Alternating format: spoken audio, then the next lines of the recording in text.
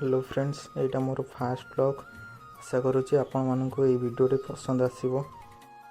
तो मो सांगर मोर ए बाहरी टे मार्केट जावाई टे मार्केट रे ड्रेस फ्रेस किणिकी बुलाबुली करके आसवाई। तो आम ए आसिक पहुँची जाइए V2 मॉल रे। तो एबे देखा ये कौन ड्रेस पसंद आसूँ। तो फ्रेंड्स, ये ड्रेसटा मत बहुत पसंद आसी और मो सांग को यही ड्रेसटा पसंद आसी। तो कमेंट करी कहतु कौ ड्रेसटा बेटर है।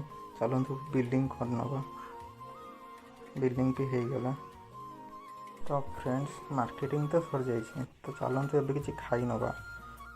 तो आम ए आसिक पहुँची गलु इंद्रधनु मार्केट रे। तो आम ये सूप पी नवा वर्षा पाग को आ गरम गरम सूप पूरा मजा आसीज। तो सूप पीवा पर आम खाइलु दही गुपचुप आ पीलु लस्सी। गुपचुपटा भी थिला मस्त, जूसटा भी थिला फैंटास्टिक।